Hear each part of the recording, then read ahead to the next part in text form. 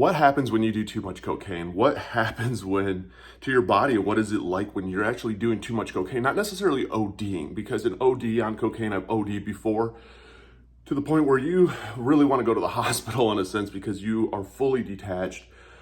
Your heart cannot get anything under control. You do not feel like you're in reality at all, and you are almost like losing consciousness. And essentially, that is what an OD is. But what happens when you actually just do too much cocaine?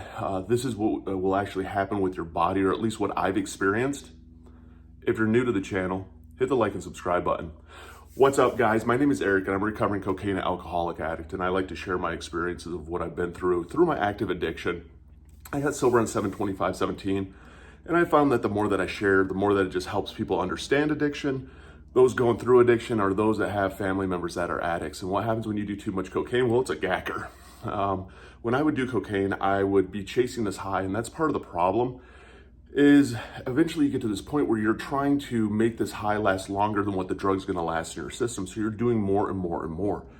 So what ends up happening is when you do too much, you'll lay out these big lines. A lot of times you can't even get it sometimes all the way up your nose. You'll literally run out of breath. Your breathing and your lungs do take a beating during cocaine addiction. And let's face it, a lot of us coke addicts also smoke. So you do this huge line, and next thing you know, there's so much of a drip that your nose ends up just plugging up and you fully lock up in your jaw. And all of this mucus and everything going into your throat starts hitting your gag reflexes. So you start gagging, you almost get to the point where you can vomit. I've never vomited, but I got to the point where like you're gagging, and so you're reaching for something to drink to try and get it flushed down your throat because it's sitting here and it's such a thick mucus that it's not moving very quickly. You'll notice that all of a sudden, and then at the same time, now all of a sudden you're having a little bit of trouble breathing out of this nose, your nostril, whatever one that you've just blown out. Your jaw is locked up, and you're having trouble breathing. All that set in, you almost miss that complete entire high, and it's almost frustrating, which kind of keeps you chasing that dragon and feeds into your addiction even more.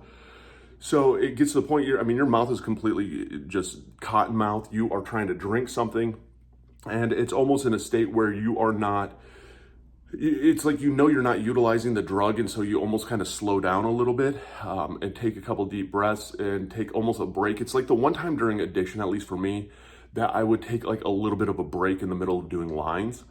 And I wouldn't take it as a sign of like, hey, maybe we shouldn't do this drug. Instead, I'd take it as a sign of like, hey, let me give it like 5 minutes and clear this nostril out and kind of gather myself before I go back at it. I mean, that's how insane you are as an addict, that you're not paying attention to the warning signs that, hey, you probably just did too much and you were almost throwing up all over yourself.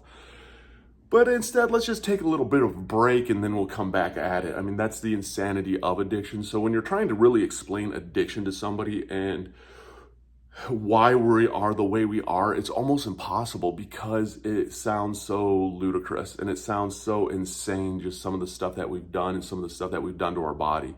So, I mean, for the ones out there struggling, hit the like and subscribe button, comment down below what you've experienced. I know that the more that we share our experiences, the more that the people struggling or experiencing this or trying to find a reason to get sober, find that. It's almost like you find hope in not being alone or not experiencing things alone and knowing that others have experienced the same thing you have.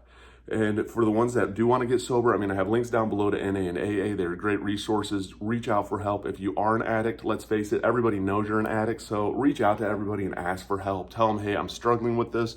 I'm struggling with addiction. I need help. And start getting some of the support that you need and start going at it one day at a time. Because believe me, it gets a lot better than what you're going through right now. And life turns around. And yeah, I wouldn't trade it for the world.